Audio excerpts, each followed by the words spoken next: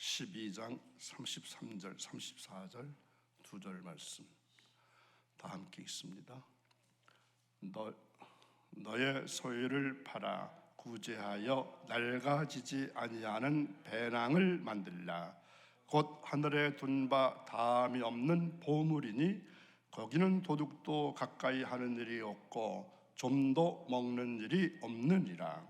너의 보물이 있는 곳에는 너의 마음도 있으리라. 아멘. 오늘 새벽을 깨우고 거룩한 주님의 올라오신 여러분, 오늘 한날 가장 좋은 일이 있는 축복, 복된 날 되시기를 간절히 축원합니다. 오늘 특별히 성경 읽는 귀절이 많이 나옵니다. 자막에 성경이 뜨면은 다 같이 읽겠습니다. 소리 하나도 집중해서 함께 큰 소리로 읽어주시면 고맙겠습니다. 또 읽는 말씀이 곧 여러분 자신에게 주시는 믿음이라 말씀이라 생각하고 믿으시며 읽게 되길 바랍니다. 오늘 제목이 33절에 나오는 낡아지지 아니하는 주머니입니다. 왜 제가 성경을 같이 읽자고 하는 말씀을 아시겠습니까? 자, 성경에는 이 주머니에 대한 비유의 말씀이 여러 번 나옵니다. 여러분 기억되실까요? 자, 학개서 1장 6절에는 특별히 이런 말씀이 있습니다. 구멍 뚫어진 전대입니다. 너희가 많이 뿌릴지라도 수확이 적으며 먹을지라도 배부르지 못하며 마실지라도 흡족하지 못하며 입어도 따뜻하지 못하며 일꾼이 삭스를 받아도 그것을 구멍 뚫어진 전대에 넣음이 되느니라. 아멘. 폐허된 하나님의 성전을 건축하지 아니하고 자기들이 살기 위한 완벽한 집을 짓고 그 안에서 살아가는 이스라엘에게 경종하신 말씀입니다. 자, 12 제자들을 둘씩 묶어서 이 전도대로 보낼 때 주님은 어떤 말씀하셨죠? 여행을 위하여 지팡이 외에는 양식이나 주머니나 전대의 돈이나 아무것도 가지지 말라고 말씀하셨습니다. 오늘 읽은 말씀 33절에는 낡아지지 아니하는 주머니를 만들라고 하셨습니다. 자, 이 말씀은 영적인 표현으로서 하나님의 축복과 이들의 상급을 말해주는 말씀입니다. 자, 주머니는 누가 주관하실까요? 하나님이 주관하십니다. 주머니란 뭘 말하겠습니까? 바로 우리 옷에 있는 호주머니를 말할까요? 돈 주머니를 말합니다. 사람들은 이 주머니 속에 세상 재물을 담기 위하여 여러 가지로 애쓰며 노력하며 살고 있습니다. 그리고 사람들은 자신의 노력과 지혜로 능히 주머니에 재물을, 돈을 채울 수 있을 것이라 생각합니다. 그러나 인생들이 바라는 돈 주머니의 주관자는 바로 하나님이심을 아시기 바랍니다. 자, 하나님 준비해 주시는 주머니가 아니면 허사임을 말씀해 주고 있습니다. 시편 127편 1절 여호와께서 집을 세우지 아니하시면 세우는 자의 수고가 헛되며 여호와께 성을 지키지 아니하시면 파수꾼의 깨어있음이 헛되도다. 아멘. 자, 비록 일찍 일어나고 늦게 누울지라도 그 수고의 떡을 먹음이 어땠다고요? 헛되다. 헛된 것임을 말씀하고 있습니다. 잠언 16장 1절 마음의 경영은 사람에게 있어도 말의 응답은 여호와께로부터 나오니라. 아멘. 그러면서 하나님은 우리의 경영하는 것을 세우기도 하시며 헐기도 하신다고 말씀합니다. 말라기 1장 4절 에돔은 말하기를 우리가 무너뜨림을 당하였으나 황폐된 곳을 다시 쌓으리라 하거니와 나 만군의 여호와는 이르노라 그들은 쌓을지라도 나는 헐리라. 사람들이 그를 일컬어 악한 지역이라 할 것이요 여호와의 영원한 진노를 받은 백성이라 할 것이며. 아멘. 인생들이 바라는 주머니는 자기가 원하는 소원 한마디로 그렇게 쉽게 채워지는 것이 아닙니다. 하나님의 손길이 따라야 합니다. 하나님의 계명을 무시하고 허영과 탐심으로 주머니를 채우려고 하는 사람들이 있습니다. 이들이 가지고 있는 주머니는 어떤 주머니일까요? 구멍 뚫린 전대입니다. 구멍 뚫린 전대에 아무리 무엇을 채우려 할지라도 채워질까요? 이 전대를 소유한 사람들은 비록 힘써 많이 뿌릴지라도 수입이 적을 것이고, 먹어도 배부르지 아니할 것이고, 마실지라도 흡족하지 아니하고, 입어도 따뜻하지 못할 것이다. 자, 옷을 입어도 따뜻하지 아니하고, 마셔도 흡족하지 않고, 먹어도 배부르지 않고, 또 뿌릴지라도 수입이 적으면 어떻게 되는 겁니까? 언제나 맨주먹. 학개서 1장 6절에 있습니다. 너희가 많이 뿌릴지라도 수확이 적으며, 먹을지라도 배부르지 못하며, 마실지라도 흡족하지 못하며, 입어도 따뜻하지 못하며, 일꾼이 삭슬 받아도 그것을 구멍 뚫어진 전대에 넣음이 되느니라. 하도 어이가 없으셔서 크게 안 읽으시는 거예요. 이것은 불의한 재물에 내리시는 하나님의 재앙을 의미하는 것입니다. 우리는 헛된 사욕과 탐심을 그래서 버려야 합니다. 하나님 주시는 주머니를 소유해야 합니다. 이 같은 주머니는 이제 누구에게 주는 것입니까? 자, 채워지는 주머니는 누구에게 주어지는 것입니까? 어떤 사람에게? 하나님을 경외하는 자에게 주신다고 하셨습니다. 시편 118편 1절 2절 여호와를 경외하며 그의 길을 걷는 자마다 복이 있도다. 내가 내 손이 수고한 대로 먹을 것이라. 내가 복되고 형통하리로다. 아멘. 우리의 손이 수고한 대로 먹는 축복은 바로 하나님의 손으로부터 나온다는 것입니다. 이게 복입니다. 자, 어떤 자에게 주머니를 채워주실까요? 순종하는 자에게 이 주머니를 주신다고 했습니다. 신명기 28장 2절입니다. 내가 내 하나님 여호와의 말씀을 청정하면 이 모든 복이 내게 임하여 내게 이르리니. 아멘. 자, 그 다음에 어떤 자에게? 11조를 드리는 사람에게 이 주문을 주신다고 하셨습니다. 말라기 3장 10절 만군의 여호와가 이르노라. 너의 온전한 11조를 창고에 들여 나의 집에 양식이 있게 하고 그것으로 나를 시험하여 내가 하늘 문을 열고 너에게 복을 쌓을 것이 없도록 붙지 아니하나 보라. 아멘. 어떤 자에게 주머니를 채워주실까요?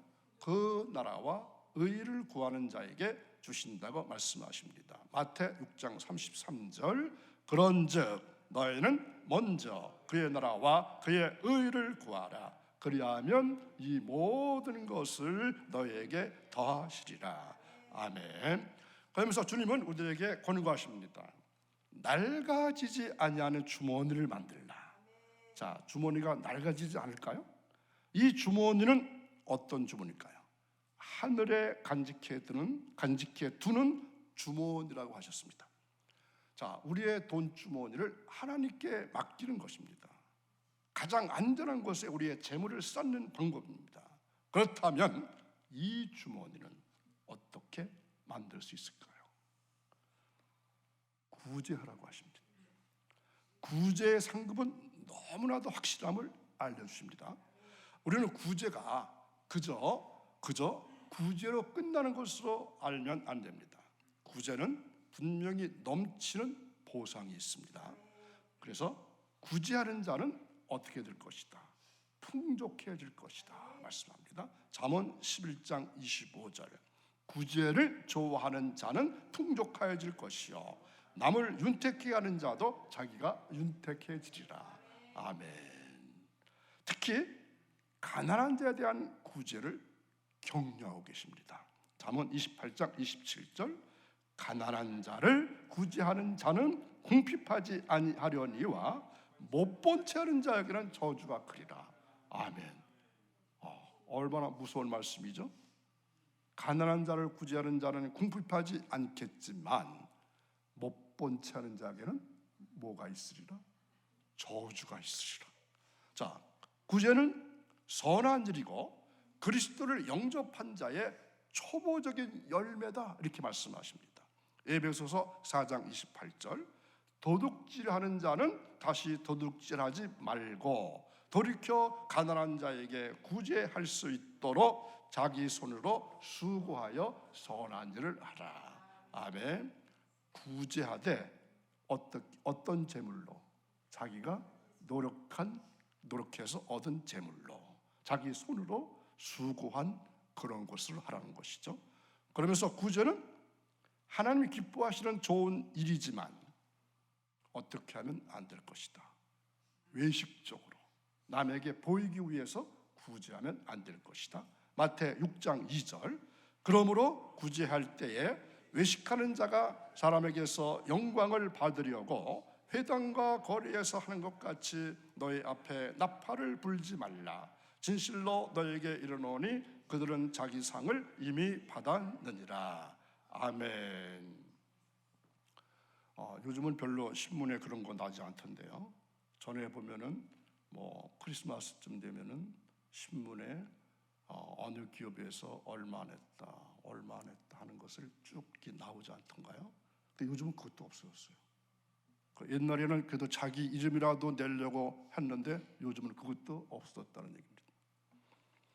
자, 그러면서 착한 일에 대한 상급은 누가 받을 수 있다고 말씀할까요? 오래 기다리는 중에 받을 수 있다고 말씀합니다. 급하게 굴지 말라는 얘기입니다. 갈라디아서 6장 9절, 우리가 선을 행하되 낙심하지 말지니 포기하지 아니하면 때가 이름에 거두리라. 아멘. 여러분, 포기하지 마십시오.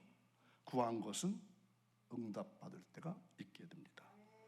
자, 여러 말씀을 함께 읽었습니다. 그리스도인들은 어떤 사람입니까? 소망 가운데 주님을 기다리는 살아가는 사람들입니다. 주님이 말씀하신 오늘 이 낡아지지 아니하는 주머니를 만들어서 이곳에 채우는 사람이 복이 있습니다. 오늘 말씀에는 하나님 나라를 구하는 구체적인 우리의 삶의 모습이 나오고 있습니다. 바로 구제하는 것입니다. 심지어 소유를 팔아서 구제하라, 이렇게까지도 말씀하십니다.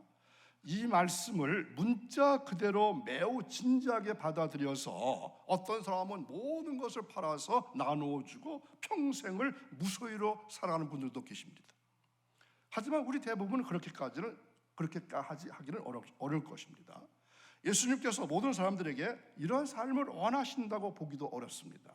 하지만 우리의 삶의 방향, 삶의 태도만큼은 우리가 바르게 세우고 있어야 합니다.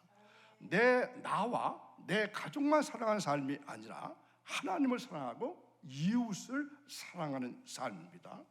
그리고 물질에 있어서는 이 자발적 가난의 태도가 중요합니다. 필요한 것 이상을 욕심내면서 나를 위해서 모으고 쌓는 일이 아니라 꼭 필요한 의식주가 채워진 이후에는 힘써서 나누어주는 삶을 의미하는 것입니다. 자, 소유를 팔아, 이 말씀이 들어가는 것으로 보아서 쓰고 남는 것으로 구제하는 것을 넘어서는 태도가 필요한 것 같습니다. 꼭 지금 가지고 있는 것을 팔지는 않더라도 내가 가지고 싶은 것, 하고 싶은 것을 절제하고 또 그 재물을 가난한 자들에게 나누어주는 것도 생각해 볼 필요가 있습니다. 그러니까 절제와 재물을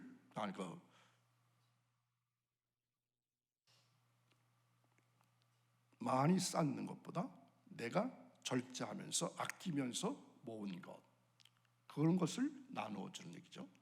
그래서 재물을 나누는 것을 어떻게 말씀합니까? 보물을 하늘에 쌓는 것이라, 이렇게 말합니다. 그 값어치가 영원한 것입니다. 그리고 보물이 있는 곳에는 무엇이 있다고 말씀합니까? 그곳에 마음이 있다고 말씀합니다. 즉, 재물을 쓰는 방향을 보면은 그 사람의 마음이 어디에 있는지 알 수 있다는 것입니다. 아무리 입으로 믿음을 떠든다 할지라도 그 사람이 나누는 삶을 살지 않았다면 보물은 이 땅에 쌓고 있는 것이고 마음이 이 땅에 머물고 있다는 뜻입니다. 그렇다면 그 사람이 정말로 믿음이 있는 사람인지 다시 생각해 볼 수밖에 없습니다. 이 말씀은 매우 실제적으로서 우리를 돌아보게 합니다. 사실 믿음은 구체적인 영역에서 드러날 때가 있습니다. 지금 나의 돈과 시간은 어디로 향해 가고 있습니까? 여러분의 재물과 여러분의 시간과 여러분의 몸은 어디로 향해 가고 있습니까? 오늘 토스트 하는 날이거든요. 샌드위치 하는 날이거든요. 어떻습니까? 안 하시던 분들 또 시간 내서 하실 마음이 없으신가요? 잘 생각해 보십시오. 나의 재물과 나의 시간과 나의 몸은 지금 어디로 향하고 있습니까? 너희가 가진 것을 팔아 구제하라. 이 말씀은 1차적으로 우리의 재물을 처리하는 것을 의미하는 것이 분명합니다. 초대교회 성도들이 자신들의 재산을 다 내어놓고 가난한 성도들과 모두 함께 사용한 것처럼 구제하는 일을 위해서 7 집사를 세운 것처럼 구제하는 일은 매우 중요합니다. 그러나 이 말씀은 다만 이 세상의 자원봉사 단체들이나 불우 이웃 돕기를 하는 단체들과 같이 행하라, 이러한 의미는 아닐 것입니다. 이 자선 사업가들과 같이 계속해서 열심히 돈을 벌어서 그것으로 다른 사람들을 도우라는 말씀은 아닐 것입니다. 우리에게는 그러한 시간이 없습니다. 이 말씀은 현재 우리가 가진 무거운 것들을 모두 처리하고 주님을 전폭적으로 따라가는 말씀입니다. 우리는 이 말씀에 완전히 순종한 한 사람을 사도행전에서 발견할 수 있습니다. 바나바로 한 사람이 있었죠. 그는 참으로 하나님의 나라를 구하는 사람이었습니다. 그가 가진 토지를 팔아서 예루살렘 교회가 구제하는 일에 사용할 수 있도록 사도들의 발 앞에 가져다 놓았다고 성경은 기록하고 있습니다. 그리고 나서 바나바는 어떻게 했습니까? 다시 돈을 벌러 나갔습니까? 어떻게 했죠? 그렇지 않습니다. 사도행전 4장에서 자신의 토지를 팔아서 사도들의 발 앞에 가져다 놓은 바나바는 사도행전 13장에서 이렇게 말씀합니다. 성령께서 말씀하시기를 내가 불러 시키는 일을 위하여 바나바와 사울을 내게 따로 구별해 놓으라. 바나바와 사울을 따로 구별해 놓으라. 하나님의 나라를 구하여 가진 것을 팔아서 구제하라는 말씀을 온전히 순종한 바나바에게 주님께서는 놀라운 섬김의 기회를 부여해 주셨다는 것입니다. 바나바와 사울을 내게 따로 구별해 놓으라. 하나님께 따로 구별된 사람이 된 것입니다. 마치 레위 사람들이 오직 성막에서 주님을 섬기기 위해서 따로 구별된 것처럼 바나바와 사울은 주님의 사역을 위해서 따로 구별되는 은혜를 입게 된 것입니다. 주님은 구하는 자에게 주신다고 말씀하십니다. 오늘날 하나님의 나라를 구하는 자는 이생의 일들에 얽매일 수밖에 없습니다.